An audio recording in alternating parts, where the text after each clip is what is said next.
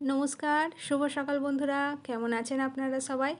ঘরে বাইরে আরও একটা নতুন ব্লগে আপনাদের সকলকে স্বাগত জানাই।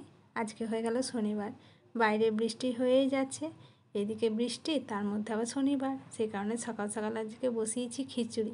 খিচুড়ি আমার প্রায় হয়ে এসেছে, আর আজকে একটু তাড়াতাড়ি বসিয়েছি কারণ কাল রাত থেকে আমার শরীরটা একটু খারাপ, হঠাৎ জ্বর জ্বর লাগছে।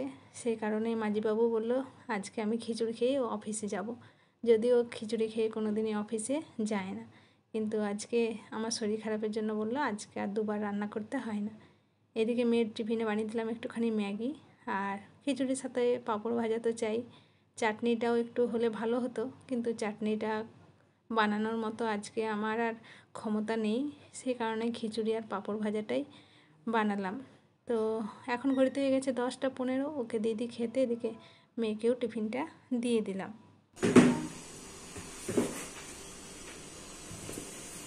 Saturday special. আর কালকে তো লুচি আর আলুর দম নাকি সকালে? দেখা যাক, কালকেরটা কালকে ভাবা যাবে, আজ থেকেই কেন, আজকে এখন খা, তারপর আবার দুপুরবেলা আছে খিচুড়ি।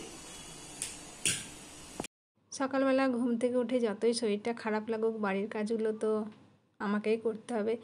তো সকালবেলা রান্না বান্না স্নান এই করতে গিয়ে বাড়ির কাজগুলো আর গোছানো হয়নি। এখন ও অফিসে বেরিয়ে যাওয়ার পর আমি আমার কাজগুলো গুছিয়ে নিচ্ছি। খিচুড়ির সাথে পাঁপড় ভাজা, আলুর চিপস নিয়ে লাঞ্চ করতে বসে পড়লাম। এখন ঘড়িতে হয়ে গেছে 2:25, মেয়েকে টিউশন দিতে যাওয়ার জন্য বেরিয়ে পড়েছি। ও তো বলছিল বৃষ্টি হলে যাব না, কিন্তু বৃষ্টিটা এখন হয়নি, তবে আকাশ এখনও মেঘলা হয়েই আছে। এখন ঘড়িতে হয়ে গেছে 5:30, একটা টিউশন থেকে এসে আবার আর একটা টিউশনে যাবে। তো এখন নাচতে নাচতে বসে বসে খাচ্ছে কুরকুরে। তো বন্ধুরা, আজকে সকাল থেকে তো শরীরটা খারাপ বলেইছিলাম।